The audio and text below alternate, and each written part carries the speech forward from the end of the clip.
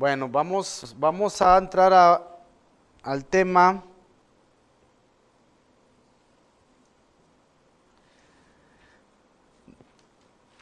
del motor. Bueno, siguiendo dentro del análisis de sus partes, nada más ahorita vamos a ver la siguiente parte, que son los rodamientos, la selección, el tamaño, la información que podemos obtener a través de los rodamientos, que los rodamientos creo yo que es una especie de interfaz a todo el sistema de potencia de conversión de energía. A través de los rodamientos yo puedo obtener información de frecuencia de vibraciones para un diagnóstico de la condición. Hagamos de cuenta que el rodamiento sería como una especie de ventana para yo tener acceso al nivel de deterioro y a la condición que presenta el motor. Nosotros en la industria o en los motores utilizamos rodamientos que están diseñados para trabajar con cargas axiales y cargas radiales. Entonces, como decíamos anteriormente, el rodamiento de bolas, que es una esfera que está entre dos pistas, y la esfera me ofrece un contacto muy puntual, y el rodamiento de bolas yo lo voy a utilizar cuando el motor está acoplado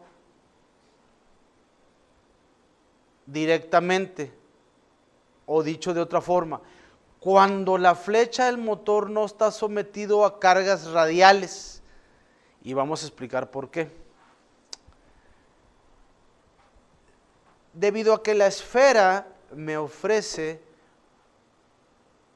un área de contacto muy puntual, vamos a analizar el fenómeno que se presenta a través de la fórmula de la presión. Presión es igual a fuerza en área. Entonces, tengo un motor,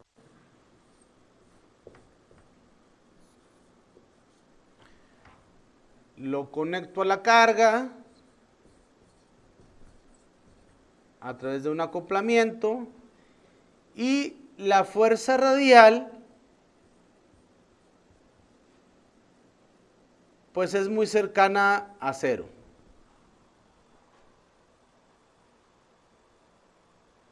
Aquí es donde aplica el motor de esferas o de bolas. ¿Por qué? ¿Qué es lo que pasa en la superficie? Vamos a suponer que aquí yo tengo el rodamiento. Aquí tengo el rodamiento. Si no tengo fuerza radial,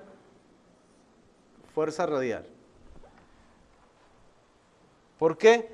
Porque fíjense, como es un área de contacto puntual, el área es muy pequeña. Y si el área es muy pequeña, en esa zona de la flecha, el componente de presión va a ser muy alta. O más bien, sí, es presión, pero también lo puedo ver a través de la fórmula de esfuerzo, que esfuerzo es igual también a fuerza en área.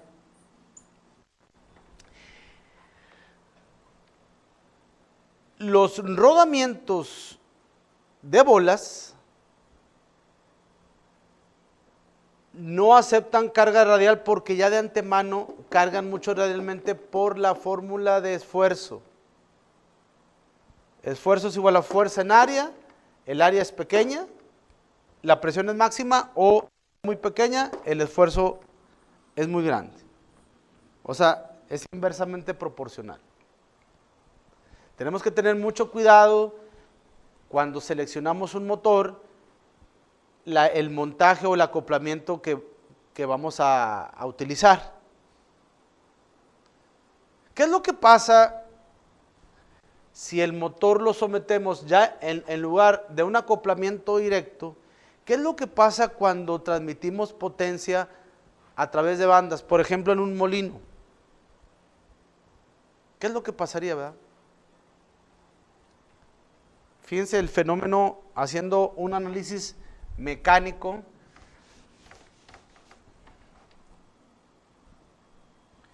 Si yo tengo una polea,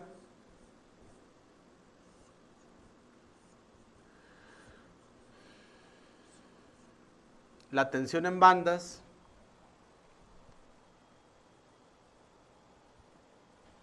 la fuerza radial que va a actuar sobre la zona de rodamiento,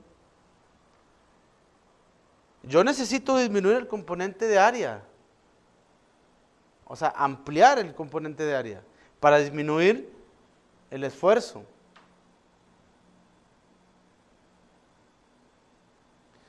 Entonces, ahí tengo que recurrir al rodamiento de ¿qué? De rodillo. Este es un rodillo.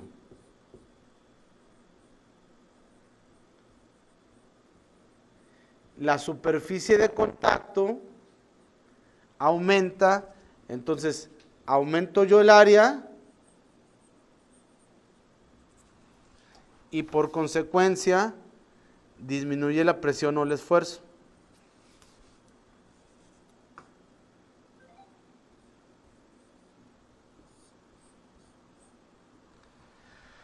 Aparte, cuando transmito por bandas,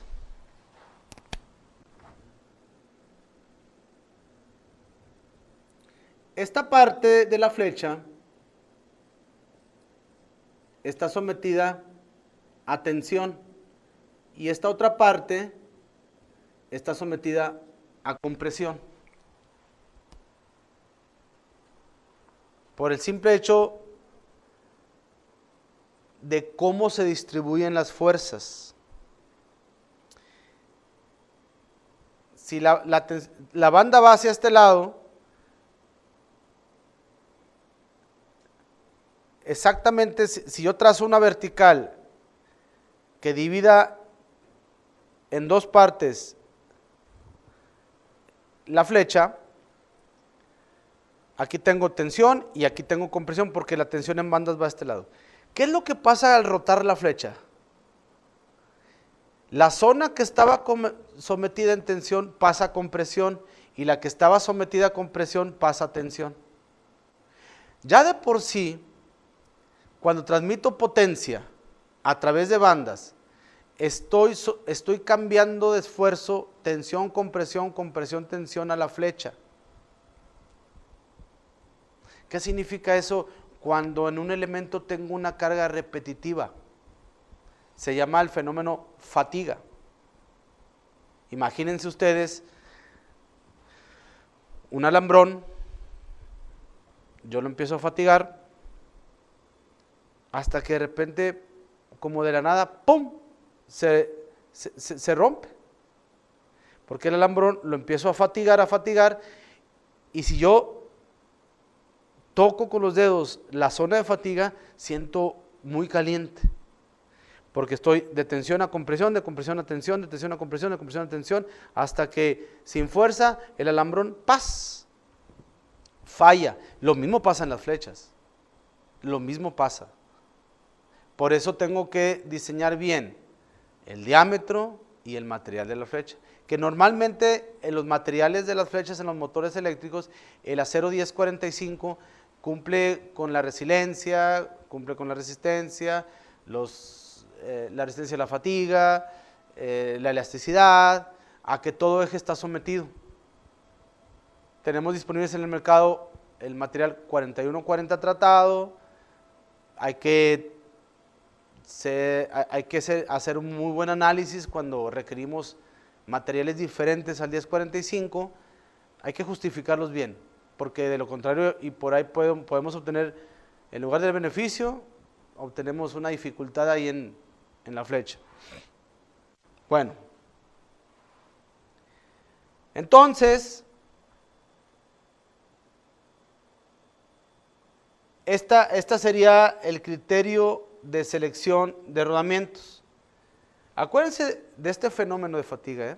Cuando transmitimos potencia en bandas, estamos cambiando tensión, compresión, compresión, tensión, estamos fatigando, ocupamos forzosamente un valero de rodillos para disminuir el esfuerzo mecánico, porque el esfuerzo es igual a fuerza en área. Yo aumento el área de contacto del rodillo, disminuyo el esfuerzo o la presión. Y evito que mi flecha esté sometida a tal esfuerzo que en un momento dado se es un esfuerzo cortante, ¿va? Que en un momento dado pues pueda fracturar la flecha y quebrarla, ¿va? Muy bien. Práctica de mantenimiento muy importante. Cuando yo instalo un valero, tengo que tener un cierto ajuste en la flecha.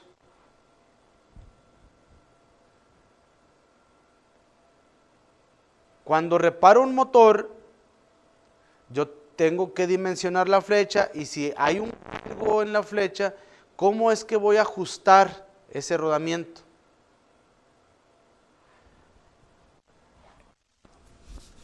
Una práctica muy recurrente es de que, por ejemplo, aquí tengo yo la flecha y aquí yo instalo el valero. Aquí hay una interferencia que le llamamos ajuste. Esta interferencia o este ajuste, el diámetro de la flecha deberá ser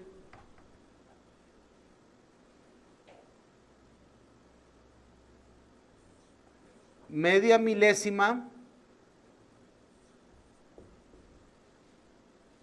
mayor que el diámetro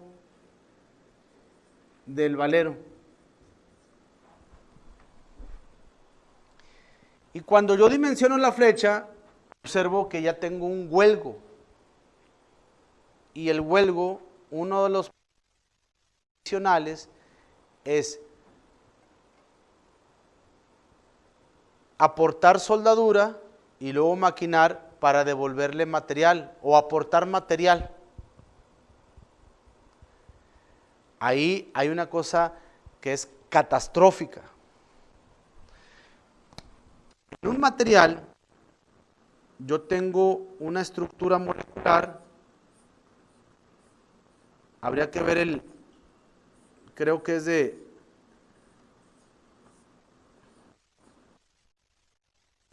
¿sí?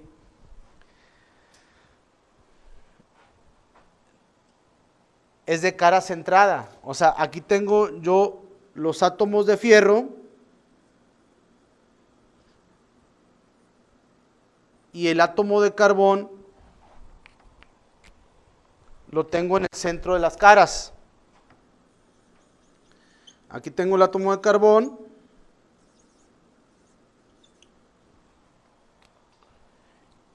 y aquí tengo el átomo de fierro. El carbón y el átomo de fierro. Cuando la zona de ajuste yo la quiero, le meto aquí electrodo con aporte de soldadura para después maquinarla y agregarle material, lo que provoco es que el átomo de carbón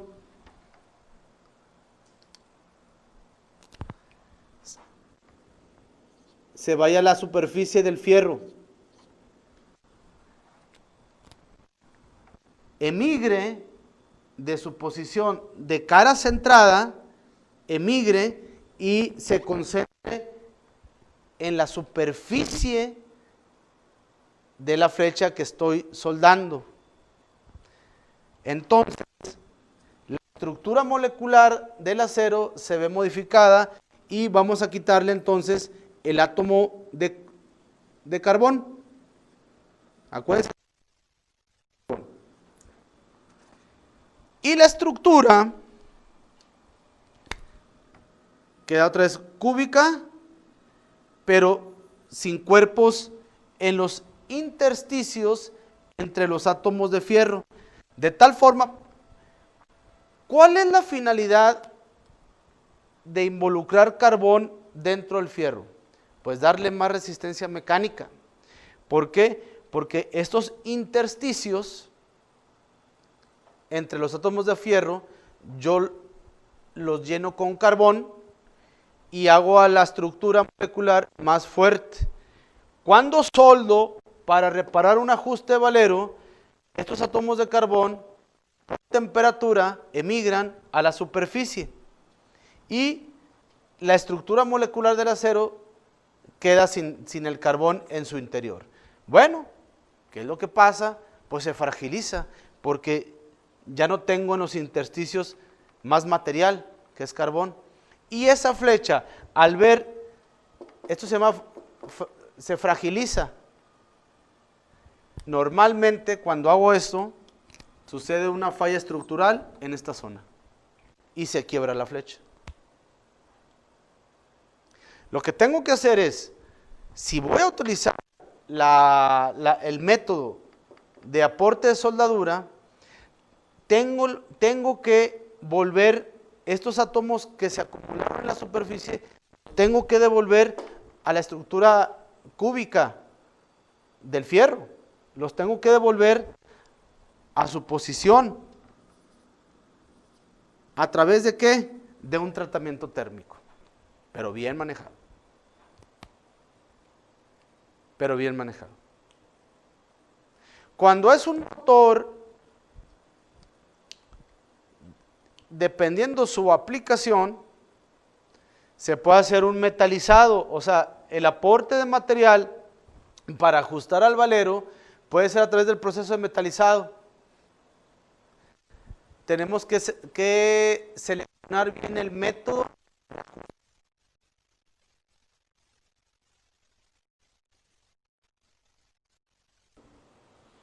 ¿Por qué? Porque los costos de una flecha nueva y una reparación de un ajuste como debe de ser, prácticamente son iguales. Prácticamente son iguales. Utilizando el método adecuado de ajuste, prácticamente los costos. Entonces, al ajustar valeros, tenemos que tener mucho cuidado con el método de aportación de material. Tenemos que seleccionar muy bien el método.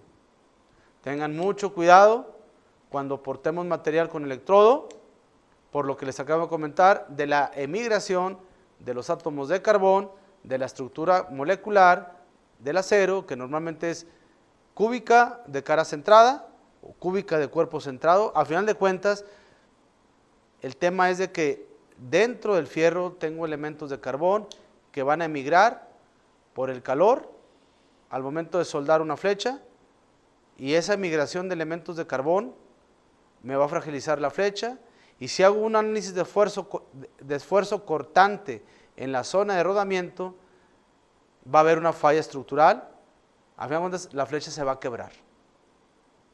Con esto ya tenemos tres elementos principales del motor, que ya vimos el estator, ya vimos el rotor, ya vimos los rodamientos. ¿Preguntas? No, en el proceso de selección de la metodología de reparación. No solamente en flechas de motores, o sea, esto aplica en cualquier eje. Esta análisis estructural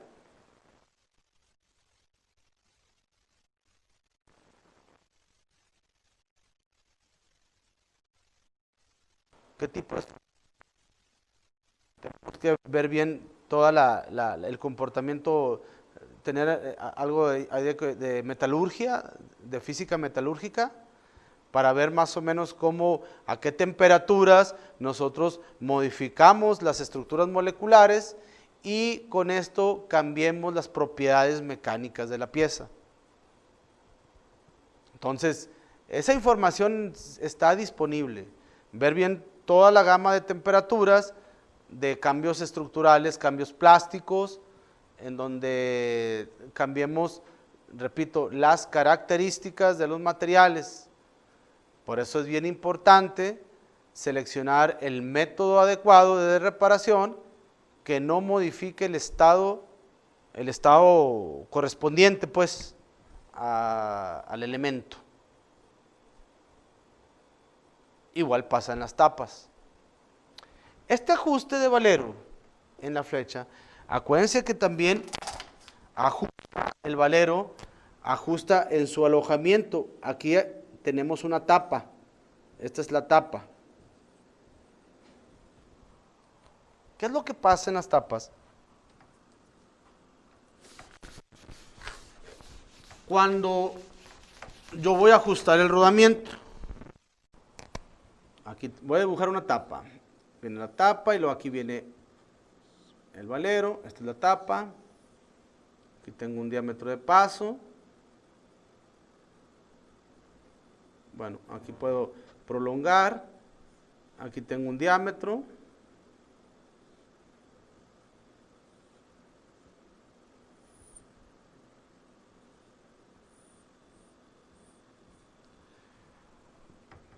Por aquí pasa la flecha.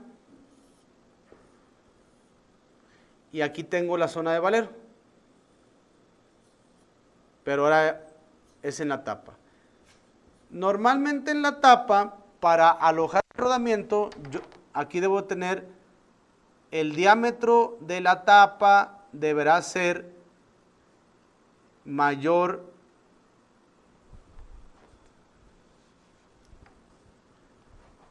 punto, o sea, media milésima o una milésima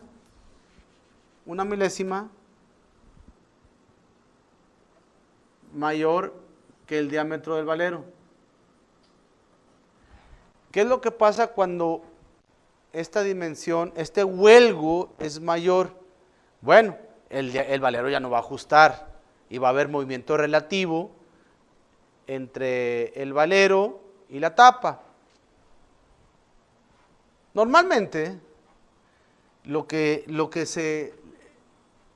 la práctica en la que se recurre es de que en la tapa yo le inserto un casquillo. Está bien. Aquí ya está el huelgo que yo le voy a insertar un casquillo para ajustar el valero. Le voy a insertar un casquillo. Pero acordémonos que las tapas normalmente son de fierro vaciado y el casquillo que fabricamos es de tubo mecánico, que es un material 10-18. ¿Qué es lo que pasa cuando el casquillo es 10-18 y la tapa es fierro vaciado? Bueno, lo que pasa es de que los coeficientes de dilatación térmica son diferentes. Y cuando el coeficiente de dilatación térmica es diferente, pues el motor al calentarse, uno se va a expandir más que el otro. Y se afloja el casquillo y esa reparación no sirve, no tiene mucha vida útil. Aquí lo que hacemos es, este casquillo tenemos que ponerlo de fierro vaciado para que conserve el coeficiente de dilatación térmica y los dos componentes se expandan o se dilaten en igual forma, ¿verdad? Y evitar un aflojamiento en el casquillo. Entonces tenemos que tener mucho cuidado cuando hagamos una reparación parcial de una tapa en la fabricación de su casquillo, seleccionando bien el material. Yo puedo hacer un trabajo excelente de maquinado, la tapa concéntrica, le doy bien las medidas, ejecuto mi trabajo en forma bien, en forma impecable, pero si seleccioné mal los materiales, bueno, ya es un motivo de un deterioro prematuro en mi reparación. Por eso es bien importante cuando el motor es nuevo, determinar si realmente ocupa la tapa una reparación o no. Analizar bien la tabla de ajustes de valeros para diagnosticar bien, porque muchas veces no es necesario reparar la tapa.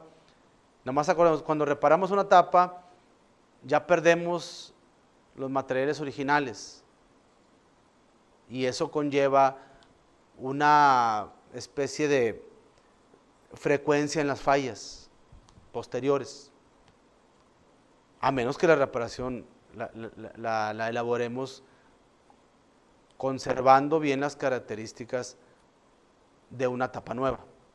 A final de cuentas, como una especie de reflexión, fíjense, la intención de una reparación es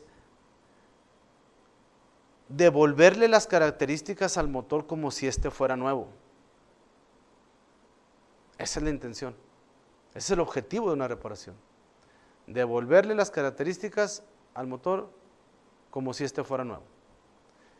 Por eso comencé el curso diciendo que para el usuario es bien importante entender